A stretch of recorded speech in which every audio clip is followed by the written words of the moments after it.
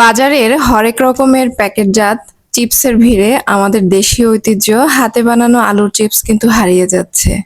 এটা গোল আলু, মিষ্টি আলু দুটো দিয়েই করা যায়। আজ করে দেখাচ্ছি গোল আলু দিয়ে।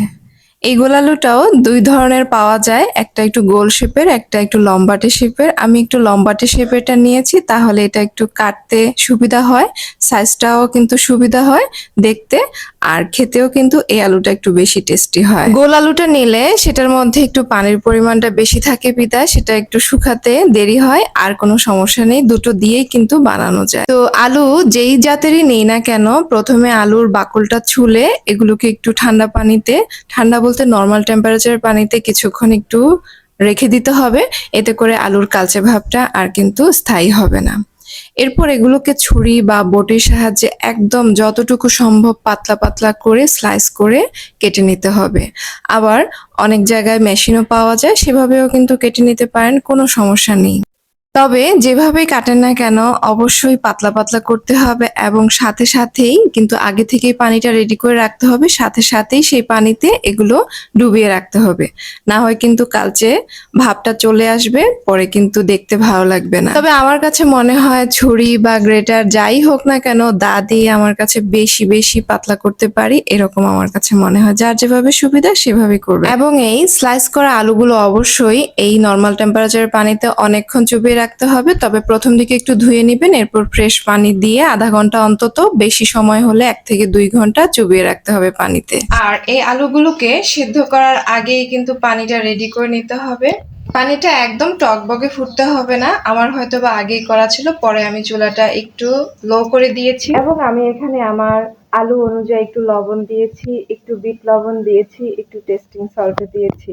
আপনারা চাইলে এই পানিটা মাংস কষিয়ে সেই পানির রসটা দিয়েও কিন্তু করতে পারবেন। বাজারে এক এক ফ্লেভারের এক এক আলু চিপস পাওয়া যায়, আপনার যেটা ভালো লাগবে সেই ফ্লেভারে করে। পানিটা এমন পরিমাণ গরম হবে যাতে আপনি একটু করে 1 সেকেন্ডের জন্য হাত দিতে পারেন, কিন্তু হাত রাখতে পারেন না, এরকম টেম্পারেচারের হবে। এবং সেই অবস্থায় আলুগুলো দিবেন, জাস্ট 20 থেকে 30 সেকেন্ডের রাখবেন। এর বেশি কিন্তু রাখলে আলুটা বেশি সিদ্ধ হয়ে যাবে। জাস্ট আপনি বুঝবেন আলুটা দেওয়ার পর একটা কালার চেঞ্জ হবে। আপনি যখন একটু খুঁড়তে চাইবেন তখন দেখবেন যে একটু শক্তভাবে আপনার নখটা এর ভেতরে যাচ্ছে, কিন্তু পুরোপুরি যাচ্ছে না। আর আগে থেকেই একটা ছাঁকনি রেডি করে রাখতে হবে, যাতে করে সাথে সাথেই ছাঁকনির মধ্যে ঢেলে ফেলা যায়। এবং একসাথে যদি বেশি পরিমাণে আলু করেন তাহলে ছাঁকনির সংখ্যাটাও কিন্তু আগে থেকে বাড়িয়ে নিয়ে রাখবেন। একসাথে অনেকগুলো ছাঁকনির মধ্যে রাখবেন না, খুব দ্রুত কাজটা করতে হবে, না হয় কিন্তু ভাপে ভাপে ভেতর থেকে সিদ্ধ হয়ে আসবে নিচের গুলো। এবং এই আলুগুলো যে কাপড়ের মধ্যে শুকাতে হবে সেই কাপড়টা কিন্তু আগে থেকেই রেডি করে ফ্যানটা চালিয়ে রাখতে হবে, এবং সাথে সাথেই ভিডিওতে দেখানো মতো করে এভাবে কিন্তু ছড়িয়ে দিতে হবে, এবং যত দ্রুত সম্ভব একটা গায়ে যাতে একটা না লাগে সেভাবে ছড়িয়ে দিতে হবে। আর অবশ্যই পাতলা সুতি কাপড় ব্যবহার করতে হবে, ডাবল পাটের হলে আরো বেশি ভালো। এভাবে যদি 4-5 ঘন্টা ফ্যানের নিচে আপনি রাখেন তাহলে কিন্তু মোটামুটি এগুলো খুব সুন্দরভাবে শুকিয়ে আসবে। পরবর্তী দিনে যদি 2-3 ঘন্টা একটু রোদে দেন তাহলে কিন্তু একদম মুচমুচে হয়ে আসবে। আমার আলুগুলো করার পর দুর্ভাগ্য ছিল 2 ঘন্টা পরই কারেন্ট চলে গিয়েছিল, অনেকক্ষণ কারেন্ট ছিল না। আমি সারা রাত্রে 2-3 ঘন্টার বেশি ফ্যানের বাতাস দিতে পারিনি, তাই এরকম হয়েছিল আমার। তবে সমস্যা নেই, আমি সকালবেলা উঠে 2-3 ঘন্টা আবার ফ্যানের নিচে দিয়েছিলাম, আমার মোটামুটি ভালোই শুকিয়ে গিয়েছে। আর আরো একটা সমস্যা হয়েছিল, পরবর্তী দিন থেকে একদম বৃষ্টি বৃষ্টি শুরু হয়ে গিয়েছিল। আমার ভিডিওটি আরো অনেকদিন আগের করা। আমি জাস্ট 1 থেকে 1.5 ঘন্টা রোদের আলোতে শুকিয়েছিলাম, তারপরে কিন্তু আমি বক্সে 8-10 দিন গত বৃষ্টির দিনে রেখে দিয়েছিলাম, কোনো সমস্যা হয়নি, মোটামুটি শুকিয়ে গিয়েছিল।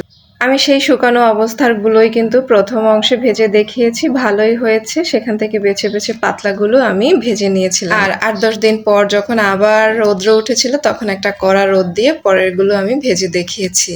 আমি যেহেতু সব ধরনের মশলা আগেই ব্যবহার করেছি, তাই এগুলো ভাজার পর আর বাড়তি কোনো মশলা ব্যবহার করিনি। আপনারা চাইলে এতে একটু মরিচের গুঁড়ো, একটু চাট মশলা আবার রেডি করে নিতে পারেন, এমনিতেই কিন্তু খেতে অনেক বেশি সুস্বাদু হয়েছিল। সবগুলো টিপস যদি ফলো করে আপনারা তৈরি করেন, আশা করি আপনাদেরগুলো আমার চেয়েও বেশি ভালো হবে।